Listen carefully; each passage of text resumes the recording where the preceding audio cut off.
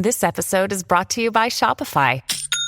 Forget the frustration of picking commerce platforms when you switch your business to Shopify, the global commerce platform that supercharges your selling wherever you sell. With Shopify, you'll harness the same intuitive features, trusted apps, and powerful analytics used by the world's leading brands. Sign up today for your $1 per month trial period at shopify.com/tech, all lowercase. That's shopify.com/tech.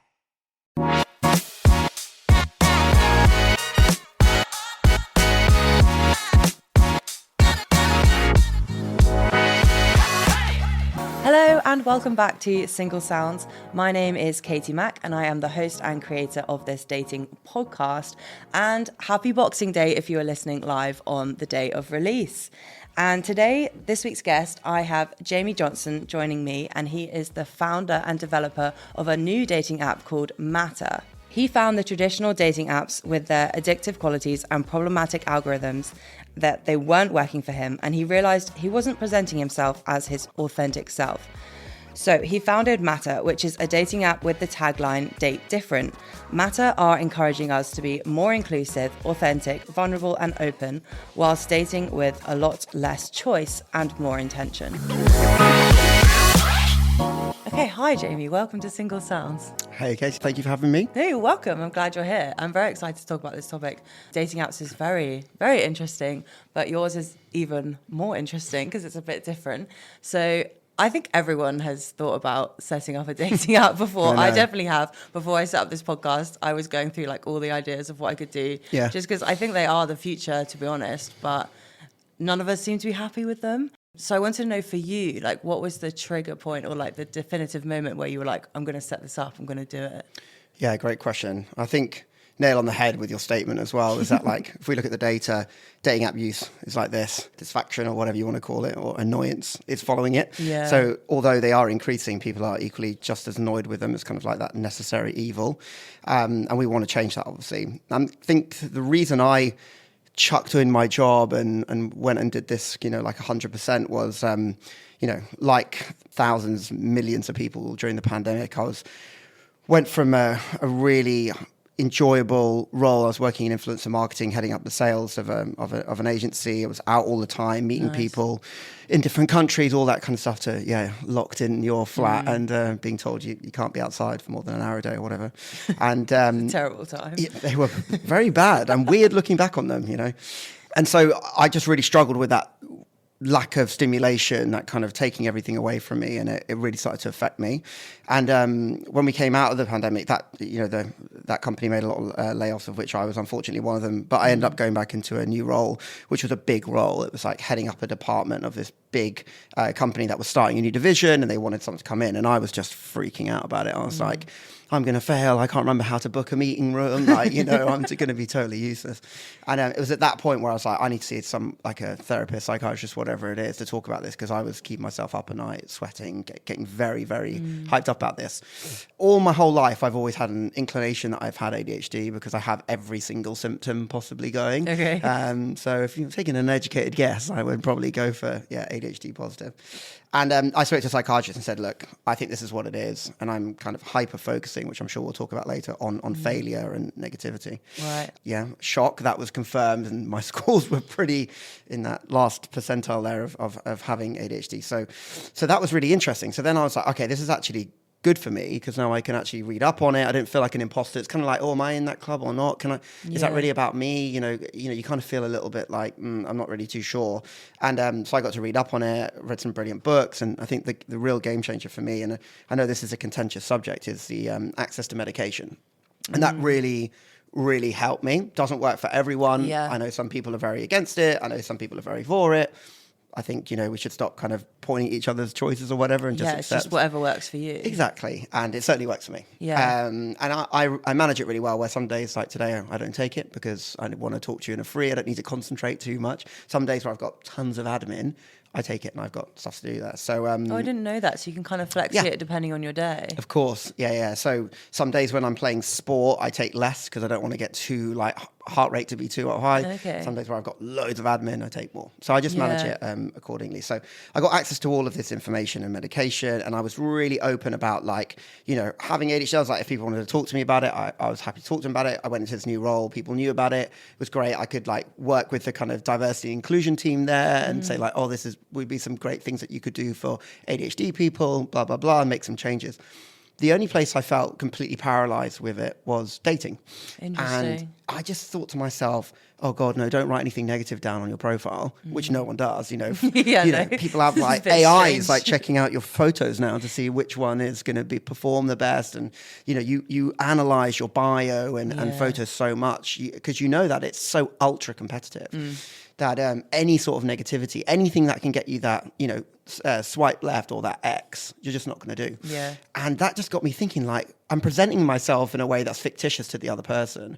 And I just thought, you know, forget it just being ADHD. It could be anything. It could be absolutely anything. Why are we being so real, or as real as we can be in real life? And then as soon as we go online, you know, Instagram to some extent, but especially dating, we just revert to this kind of really polished fake version of ourselves. And I think that just when people meet up on their dates, you've got two people that have essentially been lying to each other online, then trying to be these people they're not. And I just thought this would be a lot better if people were just more truthful. So we did some initial research into it. It really helped. Shout out to my sister, who's a behavioral scientist. So nice. Good connections. It's good to have a little sister that knows about the human brain and all that kind of stuff. And so we did some research, just thinking, you know, does anyone else care about this? Or am I just, you know, barking mad or whatever? Yeah. And it turns out they do. So we had, my background's marketing, so I worked in marketing for about 12, 13 years. And getting people to do surveys if you don't pay them. Oh, yeah, it's hard. They don't want to do it. Yeah. We were inundated with people wanting to do our survey about, you know, a more kind of, you know, transparent, vulnerable, mental health focused dating product. And I think we had something like 1,600 people do the survey in a day, which is crazy. We had no website, unpaid. We had no website, no Instagram. We had no name. We had nothing. Yeah. We just paid an influencer who talked a lot around, you know, dating and mental health and stuff like that. So that it was a target market, was strong there, and just put that out. And then, it was just like every time I refreshed it, it was like 300, 600, 400, you know, 800. Cool. And that's when we were like, oh, we've got something here. We started to like map it out together and build it, you know, try and have a look at how we were going to, because it's a very saturated market, you know, I'm sure we'll talk about this, but dating apps are so saturated. Oh, yeah, there's millions now. Yeah, and they all you know, try to do different things, but actually they're all kind of the same. Exactly. And I think, you know, where we really can defend ourselves in that space and really make a difference is like, you know, we're purpose-led, not feature-led, right? Not saying we don't have great features, we do, but we're driven by our purpose. So, you know, there's apps where they're like, oh, you can date on the same day, or this has got a functionality that does this. But essentially, that's just that can be just taken and plopped into another app, really. Yeah. And you see that happening a lot, the cannibalization of features within dating. Whereas us, we're like, we want you to be vulnerable, we want you to be open, and we want you to get your cards on the table. And I lived that problem. And now I'm starting the solution. Yeah. So it's much harder for you to go like, okay, well, I'm just going to take that and plug it into my app because that was not really relevant to what you're doing in your audience. So yeah, that's kind of the backstory of, you know, why I started it, the kind of catalyst and kind of the initial steps into to getting to where we are today. I did do a bit of research on ADHD because I didn't actually know that much about it. Yeah. So do you have combined types? Because I know there's like 3 types. Okay. Because you said you fit every single spectrum. So with Mattr, have you kind of developed it that it would fit all those different 3 types? Or I think it's, to be honest, like I was going to ask who is Mattr actually for, because I think it is for everyone, isn't it? Of course. Not just for neurodivergent people. Of course, yeah. Mattr is for absolutely everyone. Well, as long as you're not a toxic person, please don't come on our products if you are. But we don't want you here. No catfishes, no toxic people, and we do some stuff to root those guys out. But I'd like to talk about that. Yes. That's really interesting. Now or I mean, whenever you can answer this question first. Yeah. So we wanted to create a product which is like, look, we understand that like some people just need a bit more help than others to navigate in spaces, and we want them. This is going to be, you know, shocking, you know, clearly not, but neurotypicals and neurodiverse still hate the same things, right? Right. Like you're neurotypical, you don't like feeling overwhelmed, I don't think, right? No. Who likes that? Who likes that? Who likes anxiety? Who likes, you know, addiction? And so actually, you know, we might feel them stronger because of just that's the way our brains and everything are made up. But it certainly doesn't mean that people on, you know, the other side of the fence or neurotypicals enjoy them. Yeah. So by creating a product where we're like, okay, if we get this right for neurodiverse people, we're going to get it right for neurotypical people anyway, because the things they hate, you hate. And it's funny because the research and all the data we did completely said that. I'm very much of this mantra that we want more synergy and less silos. Yeah. So I really think like, I don't want people putting up walls being like, this is my camp and I'm in this and no other people, you know what I mean? Like I really, really don't like that. And I do see a lot of that happening in general society with a lot of things. It's like, you can't come in my club and talk about these things. And it's like, we need more allies than, you know, we're not going to change anything if we don't start, you know. So the point is 1 in 5 people are neurodiverse. It's a massive minority. Yeah. It's massive. So if you're not, you're certainly going to know someone that's ADHD, dyslexic, autistic, dyspraxic, you know. So it's not this tiny kind of minority. They're your brother, your cousin, your pal at work. People you know. And you just don't see it. It's not as visible, Exactly. And so I always give this analogy when people go, well, who's it for? And I say, look, we're for everyone, but we want to make people that feel things a bit more, just to be a bit more protected. So I always give this analogy that like, if you built a football stadium, you'd build wheelchair access into it, right? You're not building a stadium for people in wheelchairs. You're just making sure that they can enjoy the experience as well, like everyone else. And that's what we're doing with our neurodiverse and mental health features. And actually, they're really good for people that aren't, you know, neurodiverse or mental health either, because they protect your mental health from getting to the point where you might need them more than you do at the minute. It's really interesting. When I polled my Instagram audience, out of the 200 people that did respond, not quite your survey levels, but, you know, it's still, okay. It's just okay. It's good. For Instagram. Yeah. That's good. I posed the question, which is, do we think dating apps are causing more harm than good? And it was 74% harm. That was on my podcast Instagram. So obviously people that are quite interested in dating, mostly single. Why do you think people have such a negative experience or negative tone around dating apps? I think it's just the apps in themselves are programmed to get you addicted, right? So I give you some data and some stats. I love data. Go on. Do you like? Are you being serious? Because I love it. I love it. No, I do. Here we go. That was my old job. It's like spreadsheets, Python programming. Yeah. So the apps want you to become addicted because basically, when you're selling an app to an investor or you want to see if your apps are performing well, you look at certain metrics. You want to see like what we like to use, which is called MAU, M-A-U, which is monthly active users. So we look at the month and see how many people are active in the month. But what a lot of apps use is they want to look at DAO, which is daily active users, right? Which is really like how many people are coming on every single day. Whereas we look at like how many times you come on in a month. So do you see the difference there? Yeah. It's like we're saying like, oh, this user came on 5 times in a month. Great, fine, cool. They used it more than once a week. That's great. They're coming back, they're repeating, they're talking to people. Maybe they've been on some dates, but they're using this healthily. Whereas a lot of companies, they want like, how many times in a day are they coming back? How many times are they, you know, spending their coins, everything like that. So that the apps are trying to get you addicted. Like how they do that is they kind of have this like what's behind the door thing, you know, swipe. So you don't know who the next profile is. Oh, the next one, oh, you've run out of likes, top up, crank up again. And it's like they use the same software as, you know, Sky Bet and casinos and those types of things. So I think it's something like 90% of dating app users display addictive behaviors to their apps, right? 48% of people who use dating apps, it's the last thing they check before they turn their lights off to sleep. Wow. 1 in 2. 48. Yeah, something like that. 48, That's 49. So high. Yeah, 1 in 2. Thing they do. And I bet you people are listening to this going, oh my God. That's me. That's me. Yeah, that's like a game. Yeah, because you're addicted to it. You're addicted to your dating app. Because like, oh, mine's probably Candy Crush. It's the same with TikTok. Because it's what I do to relax. But like, I guess that's what people are doing to relax, swipe. Because this is what dating apps do. I'll caveat this by saying I'm not a scientist, but I know a lot about this particular word, which is dopamine, because I have ADHD and I can't produce it like neurotypicals can, right? That's basically what ADHD is. You find it very hard to produce a happiness chemical, right? And so when you're doing mundane tasks like ironing, I can't iron. You know, I pay someone to do the ironing because it makes me angry and frustrated. Like it's like it's not giving me any enjoyment, and I have to sit there and it's really boring. And it gets really boring, and then I get really tense, and like, you know, I'm holding this hot thing, and it's just I have to. And people go, oh, it's just people that talk a lot, where it's not. No, actually, this is some of the more serious things in it. But the point is, like, getting at is that dating apps are like one of the, if not the most dopamine roller coaster. You know, bing bing, you've got a match. Spike, dopamine. What does he look like? Open it. Oh yeah, he's quite cute. Like we're starting messaging. Da da da da. Oh, ghosted. Checking my phone in a meeting, thinking about why he's not messaging me back. Down. Ding. New match. Oh, back up again. Everything like that. So the reason people say more harm than good and more harm is that they are addicted to the product. And it's because it's not your fault, by the way.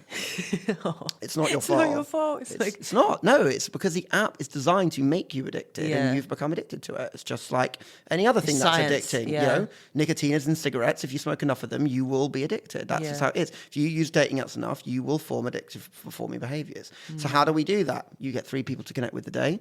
We don't have any hidden people. You see all of them up front. We don't try any dark arts.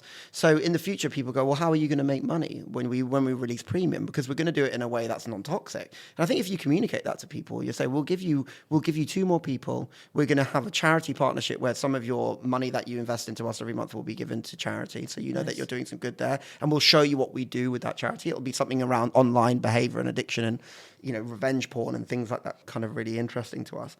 And we'll be able to give you better brand deals. So we'll actually be able to save you money. So there's this thing with people. It's like, if they perceive they get more value than a cost, they'll pay for it. If you perceive you're getting less value and the cost is too high, you won't pay for it, right? And so we'll give you better brand deals. So actually you'll start saving money. So it's okay, right? So your app subscription is going to cost you $9.99 a month, but we're going to put a cocktail place on there. That's 2 for 1 and they're £10 a cocktail. Yeah. So if you go there once a month, you've made it back. You've made it back. And we'll make sure that we keep putting cool brands in there. And you come to us and say, if you guys want coffee shops, come tell us we want coffee shops. We'll get you coffee shops. Like everyone wants to work with us. Like we have brands approaching us saying like, please put us on your app. So that's how we're going to do it. We don't want you to be addicted. We don't want to see the DAOs going like through the roof where everyone's like on it the whole time because we actually stop you doing that. You have 3 people. Okay, it'll go to 7. We show you them all and you can use the app however way you like. But yeah, that's why people are feeling negative towards them because they're addicted and their dopamine is spiking, coming up and down. And that's the same as if you were addicted to cigarettes, drugs, drink, whatever. It's you don't have negative feelings towards all of them. Of course, if anything you're addicted to. Of course, if you were, let's say you were an alcoholic and you just could not stop drinking, and think about how many times you have a drink in a week, and then think about how many times you use your dating app. It's probably a lot more with the dating app, right? You probably when I was single, I would maybe take that out 4 or 5 times a day. Probably sometimes more. Any gap I used to get waiting for the bus, I'm at the photocopier. You think about it like that. Yeah. And so it's harming your brain. Not good. Well, look, it's not in their interest. It's not in their interest to get you to leave. Yeah, well, that's why the Hinge slogan of like hilarious, designed to be deleted. Hilarious. It's a bit. No one buys that. No. That's the thing. Like no one does. I don't, and they've stuck with it, which is fair play. Look, for us on that side, people ask me that. They go, "Well, look, if your product's so great, you lose everyone." I think that's like positive and negative. No, but there's always going to be single people. Of course. It's like people get out of relationships for whatever reason. People turn 18. Yeah.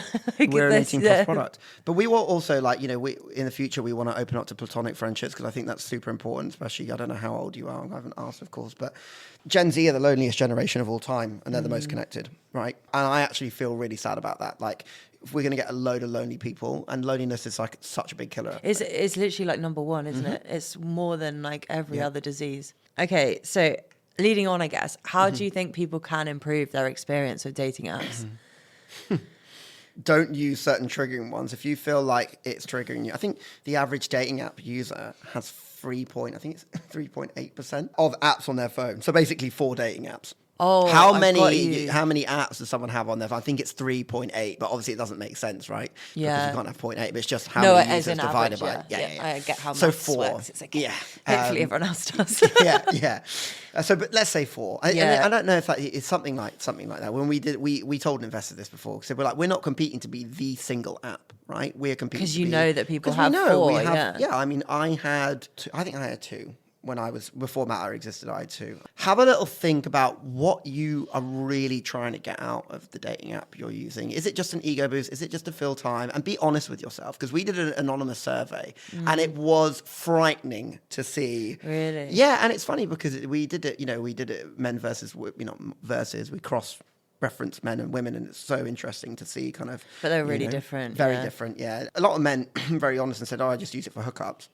Which you can say is bad, right? But then a lot of women just said, I use it for ego boosting. Yeah. So they're both bad. They're both bad. You're never going to meet that person, at least, on that side. Yeah. They've kind of met you. And that's why you're getting disappointed, because the people that you're swiping, so say you're a straight male, you're trying to find someone to hook up with, but actually all these women are just there for the match and they don't actually want to meet up with you. Yeah, no one's getting a good experience. Everyone's going to be disappointed, yeah. And I think it's about having a look at the apps.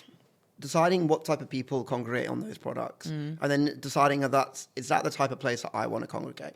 Think of apps a bit like a bar or a venue. Yeah. You know, that's how people used to meet back in the day if they wanted to meet like-minded people. Like if you were into, a band, you would go to that band, and at least you'd know that if you met a girl at the bar, she was into that band, you've already got something to talk about. And that's how people did things back in the day. Or you were into sports, you want to join a sports club, or whatever it was.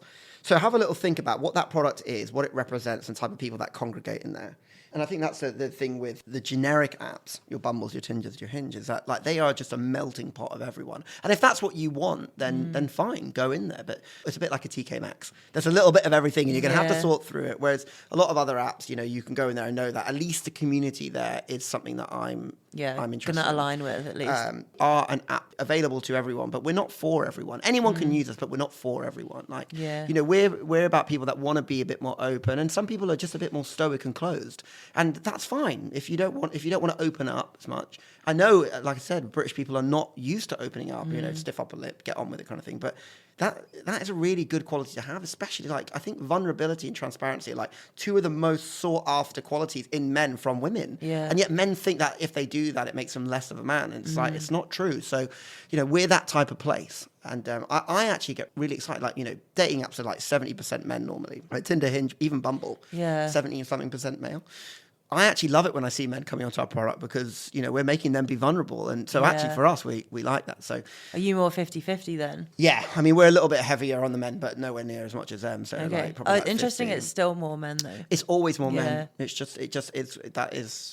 what it is. And they're across the board. Even Bumble, which is meant to be female first. It's nowhere near female first. I mean, that kind of makes sense to me though. It's like those bars that promo that girls get in for free. Yeah. Like if you're saying that the apps are for a girl, then you probably are going to get more men. Let me give you, let me give all the single straight men listening to this a little bit of advice. Or go to any dating panel discussion. Yes. Or just any dating event, to be honest. Any dating event. A group of women came up to me after the event, and they were like asking about dating apps, and I gave them this stat, which is women find 80% of men on dating app profiles unattractive. So, like... Yeah, okay, not so easy at that point. So that means that, like, if you're a woman, you are all going after the top 20% of men. So do you feel like you're in the top 20% of women, is what I said. And and they would look at me like, how dare you say that? I'm like, that's just maths. That's just maths. That's not me giving an unpopular opinion. That's just, you're all fighting over 20% of men. So if you were fighting in that percentile, do you believe that you are in that percentile as well? Like you are the top 20% of all women on this dating app. And they would look to me like, oh my God, he's just said something really... And I was like, no, that's just maths. So that's my controversial opinion is, do you think you're in the, I've heard similar like things from dating experts that I know we shouldn't score people, but let's just say they're a 7 out of 10 to most people. Women will only date the 8s and 9s.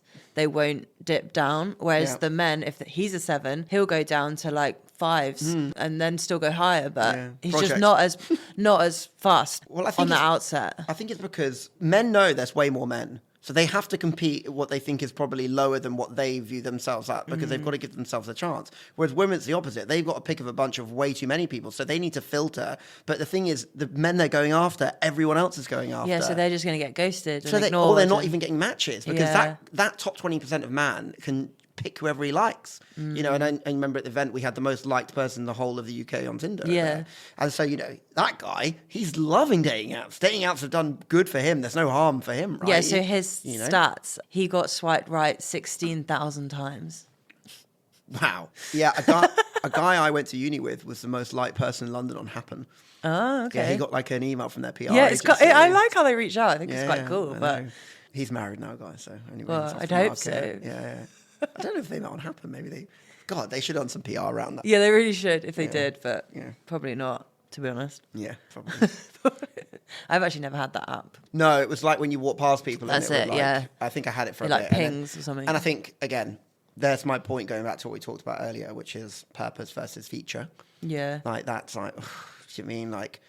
okay, I'm bored of the kind of like we walk past at Whitechapel I guess, Station. I also find that if I walk past someone, that doesn't really mean I'm compatible with them. No, of course not. Like, just because we're in the same space. Just means you both went to Waterloo at some point. Exactly. So did 100,000 other people. I think especially in London, like we're all on the tube all the time. Yeah. It doesn't mean that I have a connection to that space or place. So that's why I never downloaded it. I didn't really understand the whole I think one of the cool features concept. actually, like that kind of proximity thing was, this is going to make me sound like a real tosser, but I'm going to say it anyway. But I was on Raya, which when you tell people like, oh, I was on Raya. But yeah, I was on Raya.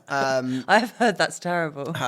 The app. Yeah. Well, when, oh God, this is going to make me even sound like a big tosser. But when I was on it, it was, like I said, I used to work in influencer marketing and talent agency. Oh, yeah. So some big talents put me on it right at the beginning. Yeah. And it was like, when I was on it then, it was like, whoa, look, this is, Really, really good. like, I saw some really like famous people on it and I was like, oh my God. Did you match with them both?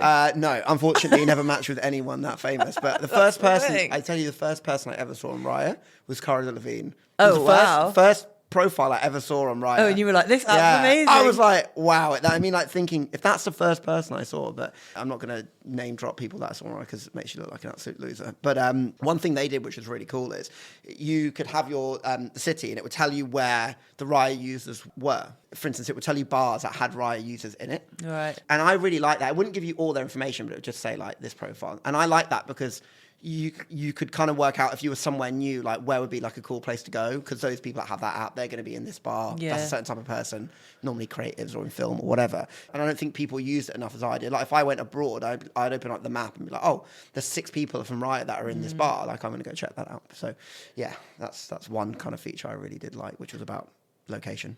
Yeah, that's good. That's cool. No, I can't say I'm on Raya. Don't think I'd get accepted. So. You would. Come on, you run a podcast. That's what people love. Yeah, massive. Let's move on to the catfishing thing, because it was really interesting when I polled my Instagram audience saying I have a dating app founder coming on. I actually got inundated with questions. Great. The most for that category. I put up quite a few, and people were very keen to go like, why can't they do this? Why don't they do this? And one of them was, why don't they verify with a government ID? So obviously people can't pretend to be someone they're not. I've had a lot of thoughts about this. So firstly, I thought it was probably a GDPR issue. I'm not sure you can collect. You can. You can? You can, yeah. Okay. Yeah. Interesting. Then I thought not everyone has government ID, so it would be a bit exclusive. Obviously, like there's some people, it's not free, right? Passports are expensive. There's new asylum seekers, all these things.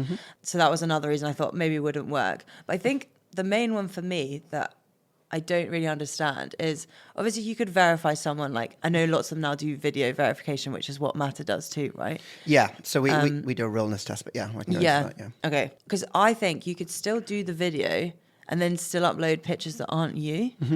Is that something you could do? I mean, I think the main reason that people don't do the government ID, I mean, anyone could do that, by the way. It's out there technology, and a lot of people do that.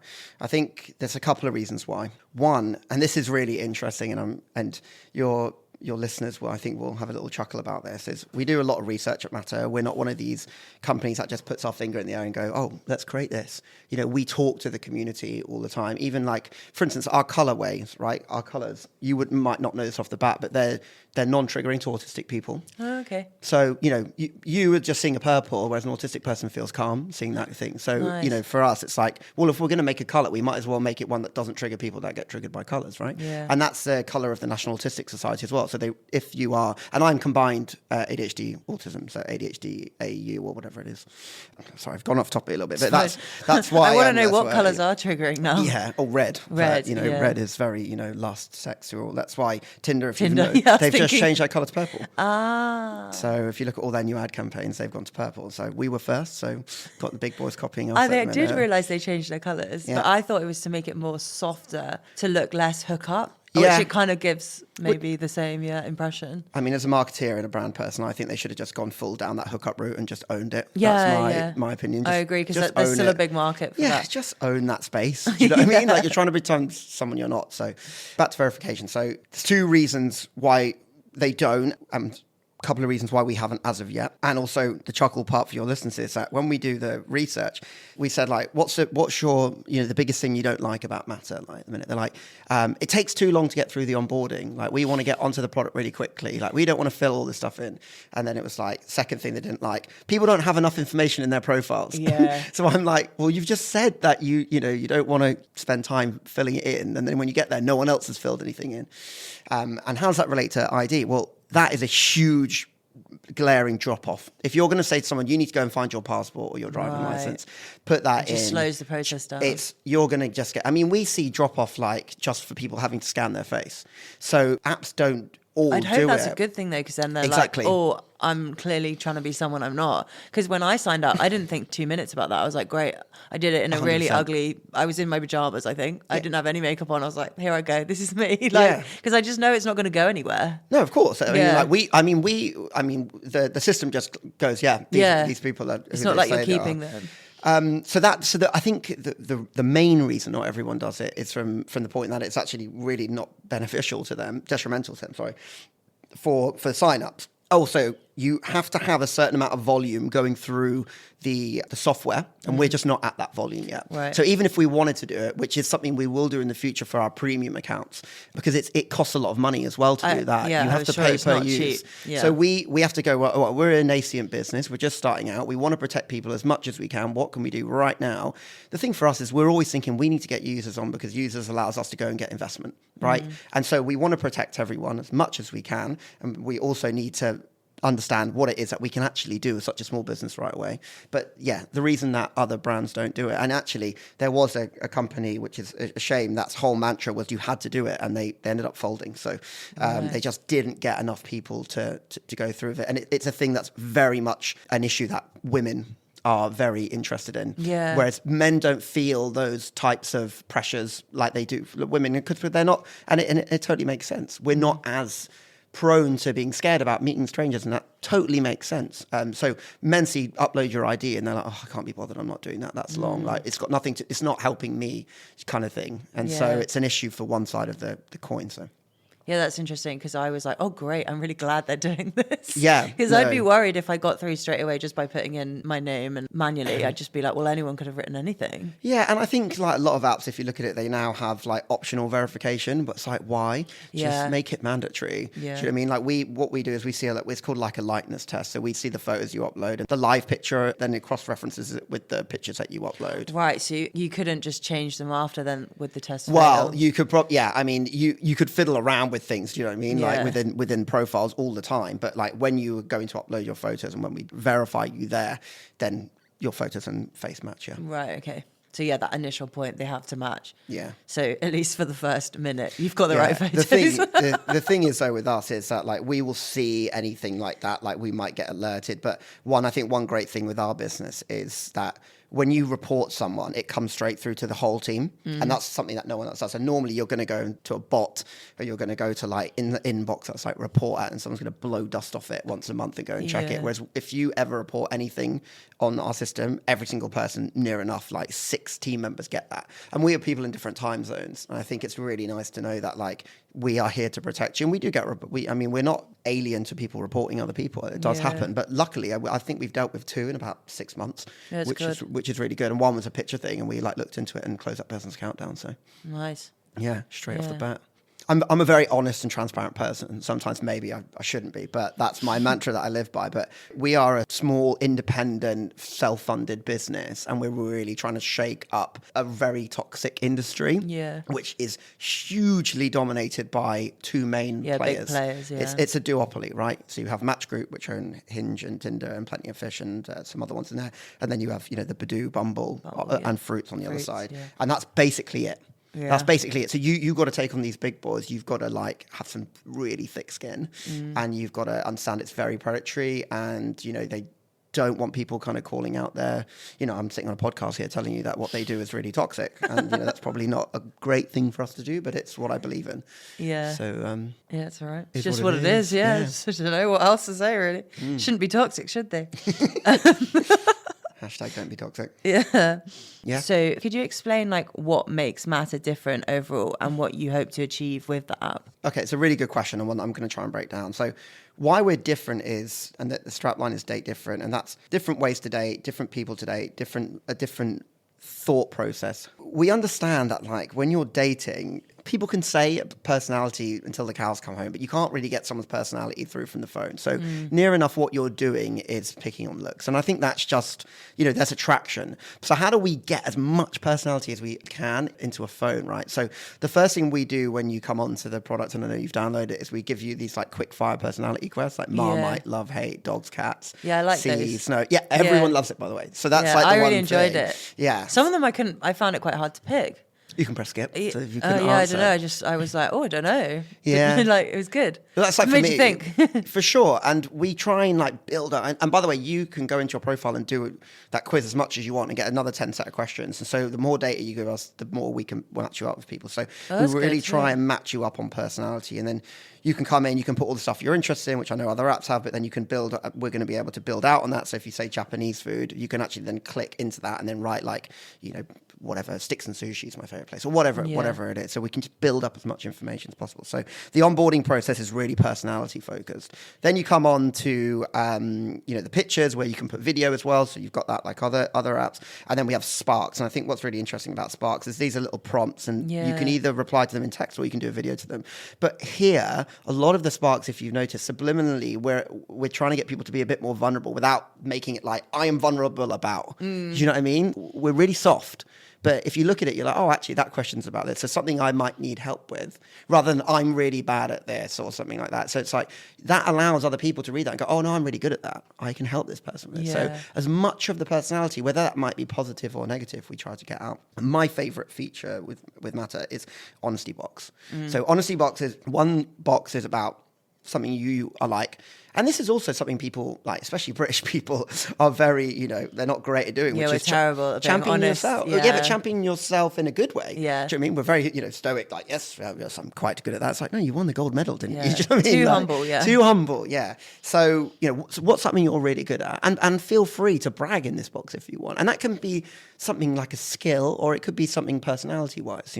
I like to feel like I'm very empathetic. And that's something that ADHD people feel very strongly, is empathy for other people. And I feel their pain and I can relate to people. And I think that's a very good, especially as a guy, that's a good skill to have. So I'm more than happy to write down like, I'm a very empathetic person. I will understand you. I will listen, all that kind of thing.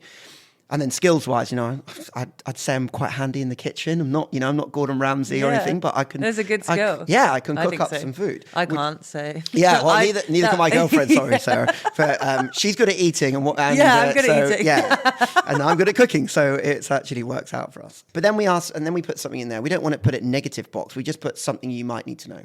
And that is like, I have ADHD, so I'm going to talk like a lot. Eye contact is very scary for me. Like if I meet you on a first time, obviously in this situation, you're right now, I have to. Maybe I should look away a bit more. But like, so for instance, really interesting. I have habit staring. Oh, really? Okay. I'll notice that now. So first date is like, if we're in a place where it's like you're sitting right in front of me, like that is something you might need to know. Because if I'm looking around or fidgeting a little bit, if I haven't told you that, then you might think this guy's not interested in me. Yeah, maybe he's just a bit distracted or rude even, maybe. Exactly. And actually, I can't, it's giving me anxiety to stare like directly into your eyes. So, that's... Don't do that then. Yeah, I know. And then the thing is, then you start to overcompensate and think about that too much. Yeah. And then you start to be even weirder because then you're like, yes, I'm having such a nice time on this date. And you're not blinking. No, it's like this guy's completely nuts. So all of this is coming through the onboarding, just like everyone's doing it, everyone's saying something negative. You don't need to feel the pressure as you do on your Hinge or your Raya or your Tinder or your Bumble or whatever it is that you're using. So that's the onboarding process as we get you in there. Get as much as your personality out, get as much as your vulnerability out, and get onto the platform. Once you're on there, what we want to do is we want you to really take time and stop this like really toxic paradox of choice, swipe till you die, finger cramp mentality. And so what we're trying to say to you is, what is success on a dating app? And this is really interesting. So people go, I want to get all these matches and it's just filling their ego and loads of dopamine. Everyone fancies me, look at me. And then they meet them or they don't talk to them or they ghost them. And this is just trickling effect of just negativity from that kind of behavior. So what we do is we go, everything is less is more. So right now you can connect with 3 people a day max, right? Yeah. We give you 3 people. I really like that feature. It's going up to 7 as we hit certain trigger points, right? So the more users we get, we give you another user. Oh, okay. Why 7? People go, why 7? Because the human brain can only actually handle 9 choices presented to itself, right? After 9, you can't actually assess them all at 100%. So the reason we do 7 is that when we do our premium version, those people will be able to get 9. And right now on the freemium version, you'll be able to get 7. And I'll give you an example. Let's say you go to a restaurant and they've got like 5 things on the menu. Yeah, You're like, it's so much easier to This pick. food's good. I hate when they have a million choices. I can't do it. No. I'm just like, I just need someone to tell me what one I would like the most. Exactly. And you also think the food quality, you think, well, I don't know if this is just me, but I think, well, how do they have all of those recipes and ingredients back there? Do you know what I mean? That's true. It's called paradox of choice. It means the more choice you get, the more negative you feel about the choice you're getting. Yeah. And that is literally Tinder, right? Or Bumble, or anywhere you can have unlimited choice. Yeah. We match you up on all the stuff you give us, we give you back. You know, some people are like, oh, they put this person in front of me and I don't know why that person was put in front of me. It's not my usual type or whatever. But like, you know, but it's probably based on those personality things, Exactly. not what they look like. Yeah. Exactly. And, you know, we don't use collaborative filtering. So collaborative filtering is what a lot of the main players use. It's a super toxic way to filter people. It's essentially like, let's say you watch something on Amazon Prime or Netflix. You get to the end of your film or your service, you get an option of something else to watch, which was other users watch this. Similar, yeah. Similar. Basically, that's what's happening on these other dating apps. They're recommending you profiles that other people liked because you liked the same profile as them. But that can be super toxic. Let's say that I'm really into like Scandinavian-looking women. Okay. So blonde hair, blue eyes, that's my thing. But I'm also really into black women.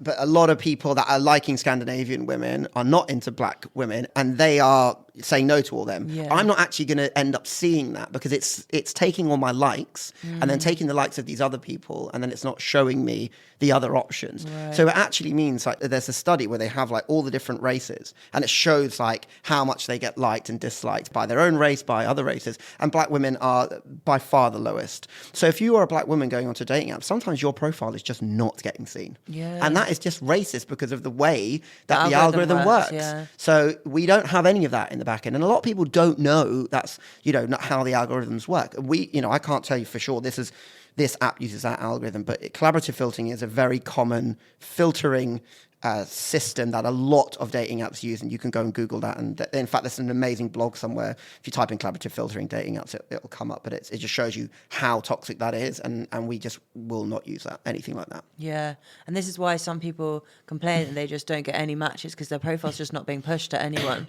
Yeah, exactly. So we match you purely on your interests, right? And we're trying to say not everything is about looks. I mean, looks can take you so far in a relationship, but I'm telling you now, the personality is the most important thing for keeping it going, because you need to have someone, if you want to do something seriously, if you want to be in a relationship, you've got to connect with them like they're your mate. And I know that sounds cringy, like, oh, it's my best friend or whatever, but they have to be like your mate. Like, if you're completely uncompatible personality-wise, but you just really fancy each other, it's not going to work out because you'll be miserable. Because you'll stop fancying them. Yeah. You know what I mean? So I don't care. Like, you could put like prime Claudia Schiffer in front of me back in the day, but if she was like not into any single thing that I was into and we didn't get on at all, you just didn't want to do any of the same things. It just doesn't work. It just doesn't work. You end up arguing, resenting each other, and it just, and then they become unattractive anyway. Exactly. Because you just see them and you think of negative things. Exactly.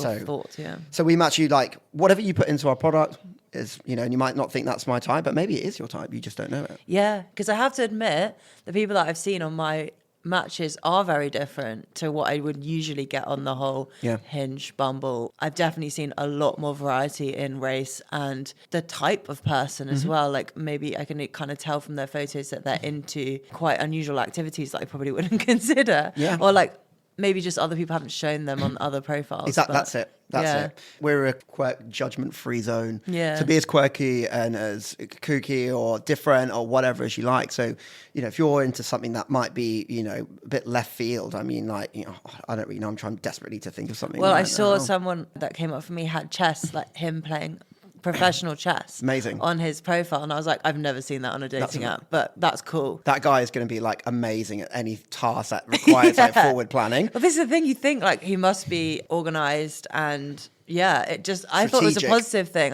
You have to be intelligent to play chess at that kind of level. For sure. And surely.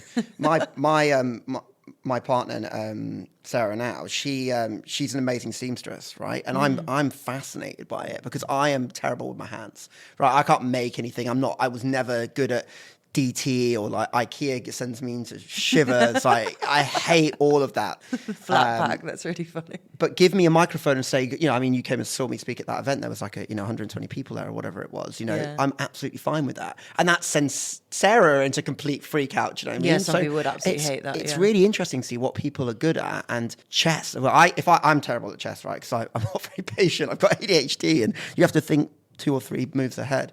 But that shows me that person is going to be good at thinking strategically and be cracking in an airport. They're going to know where to go, what gate, where's it. You want to think about these things in a practical life. I really like how you ask dogs and cats as well, because I'm a big cat person. I'm a dog person, yeah.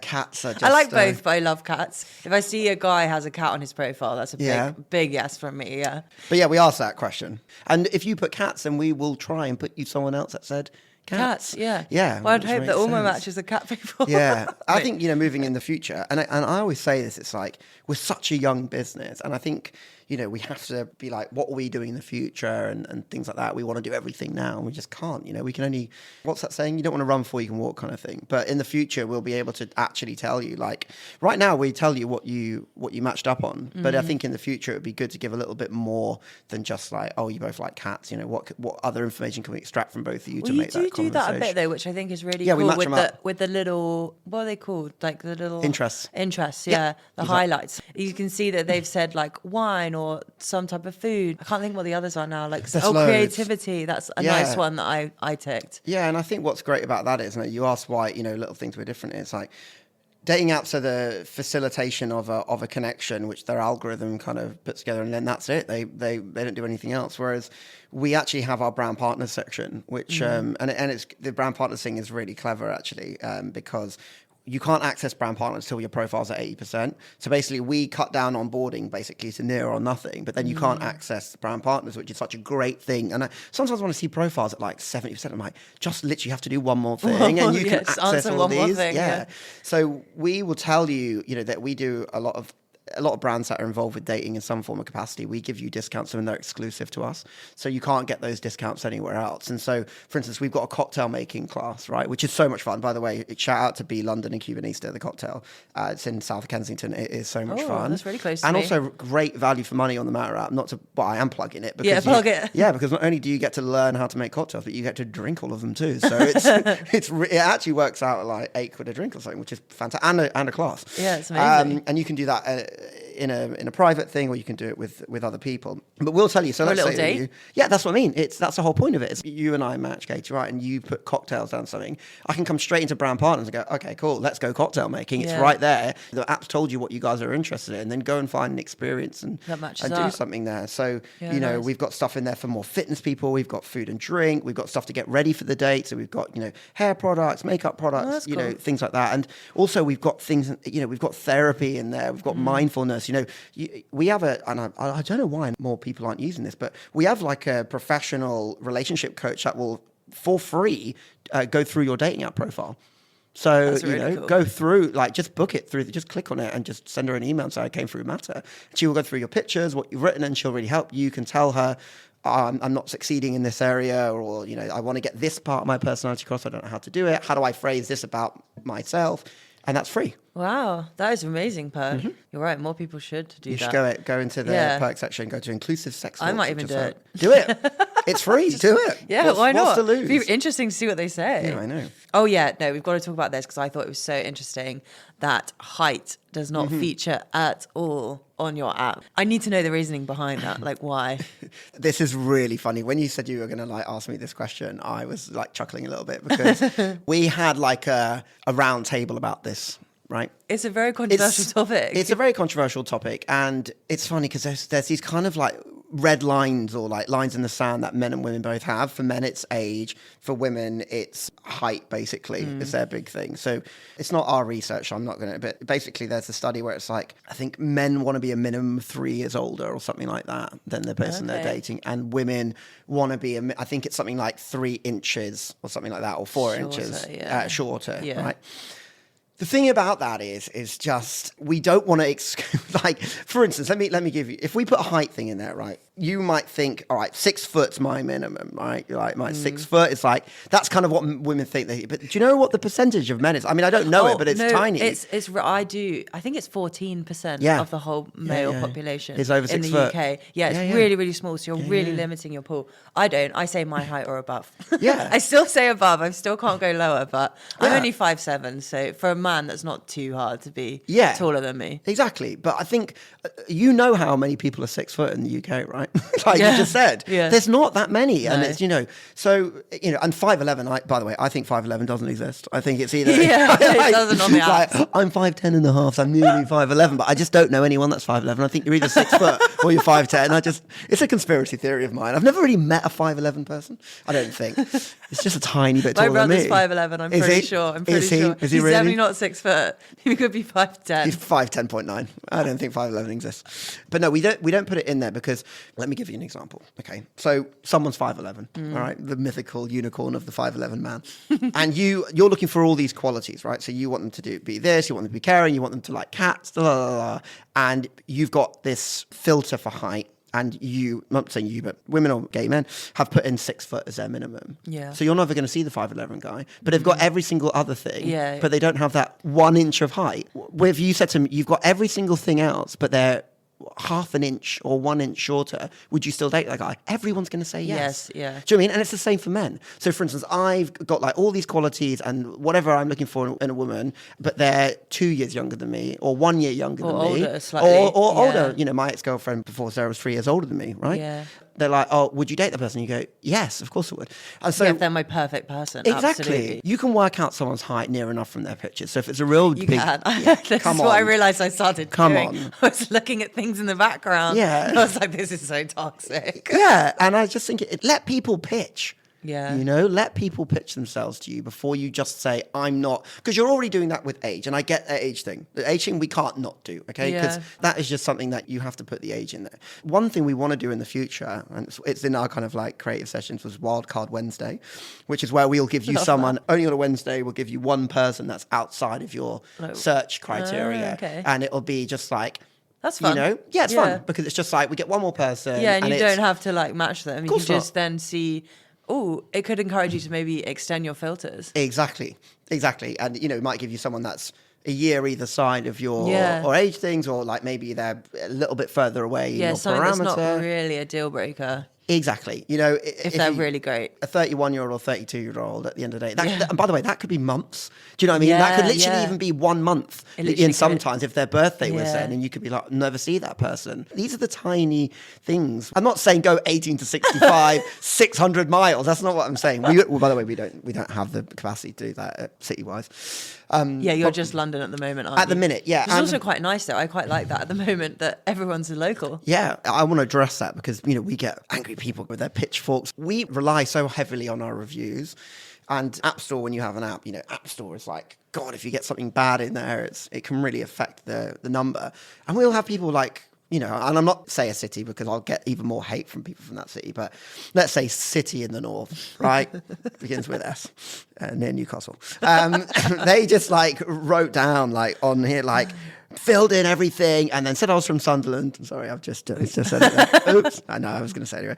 And I can't get on, 1 star. And I'm like, well, the reason for that is this. And I explain to people that aren't completely au fait with how marketplace models work. Because I certainly wasn't when I started this. So marketplace model is, I'm here, you need to be in a close proximity to me, and we exchange something, right? We're creating like Facebook Marketplace. If you're selling a lamp, right, and you're seeing people from Sunderland, you're not going to go to Sunderland. It's the same for dating. You're not going to go you want to local people. that date. And so what you have to do is you have to build up and saturate areas and then move to the next one. Exactly. And move to the next one, move to the next one. So if you are from another city and you want to use Mattr, the best thing you can do is go and download the product and leave your city in the box where it says, where are you from? Well, because we save all of those, and the more we get from your area is where we'll go to next. Yeah. So if you are desperate to have Mattr in Sunderland or Skegness or wherever it is, just write a city down there, get your friends to do it, and we will come there next. We already have a city that we can clearly see is much higher than anywhere else. So, it's very easy for us to go, we'll just open up in there next. But that's the reason why. We can't be everywhere at once. No, it doesn't work because sometimes someone will log on and there'll be no users and then they'll just delete it. Exactly, and which it's is a why poor we user only experience. Yeah, which is why we only give you 3 people at the minute, 4 very soon. So you'll be getting your Christmas present of extra shoes, and we'll go all the way up to 7. But people go, there's only 3 people. It's like, yeah, because we want you to have a better experience. Yeah, Do you know what I mean? Also it's clever because I find find that when I'm on it, I actually look at those profiles in a lot more detail than I would on a normal app, because I'm like, well, these are the only ones I have today. And I'm trying to figure out why the algorithms match me with these people based on those little, it shows you what you are compatible on. Like, I really like that. I go through them and I'm like, oh. Yeah. And we don't let you like someone without messaging them. So yeah, that's smart. So you can't just like and then just kind of sit in your inbox without saying anything. No, because, why should you interrupt this person's, day or whatever without telling them why you've done that? Like, do you know what I mean? Like, no, 100%. I hate it when people just like a photo and I'm like, what do I do with that? Yeah. Do I reach out? Do you reach out? It helps the conversation massively. So for those of you that have Mattr, you have to open the profile to be able to even do anything. So you look in the profile, we tell you why we've matched you. So as an app, we're very transparent. Yeah. So we'll say, okay, Katie, we've matched you with Mark or James or whoever because you guys are into skiing, cats, cocktails, cooking, whatever it is. So that that's why we've done it. Now you can go and look at the profile, and then to connect with that person, you have to message. You can't just like. And we let everyone know, by the way, who's liked them and all that kind of stuff. I know that's a big thing for people. They want to know, like who's liked them. And so it's not this kind of guessing game. So less is more. Like, it's better to go on one date in the whole month and it's a good date where you've connected than have like talking to 15 people that are not on your wavelength or go on 5 crap dates. No one's got the time or the money to be doing that in 2024. Exactly. It's not the energy of 2024. Less is more. I'm a big believer in less is more in everything, really. Yeah. You don't need, I think we want too much in this day and age, and we're so competitive. Our society now, we're quick to get everything we want as well.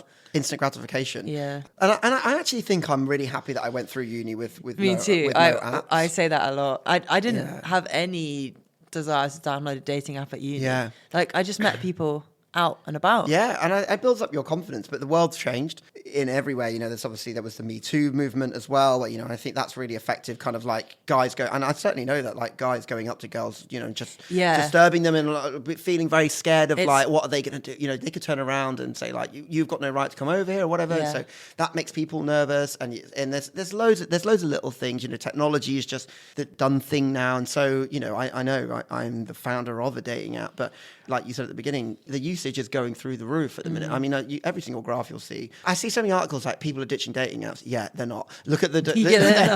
They're not. They might say they are. Or I think people are being more vocal about just how much they dislike them. Exactly. And they're saying, I'm not on them, but that means not at the moment. That doesn't mean they've never had them. Also doesn't mean they probably won't download it in the future. Yeah, and I think also I'm not on apps. I meet people on nights out. Just, you can do both. Yeah, Do you know what I mean? If someone approaches you in a bar or you get talking to someone, you don't go, oh, sorry, we haven't actually met on an app. So sorry, you have to find me on this app. Yeah, spend like your whole weekend swiping. I'm on or like all dropping your location in my house. Yeah, great. Because I was single for the best part of 2 or 3 years before this relationship I'm in now, which I've been in for 3 years. And I just some of my friends that were single were like, oh, I'm not downloading an app because I just meet people I'm out.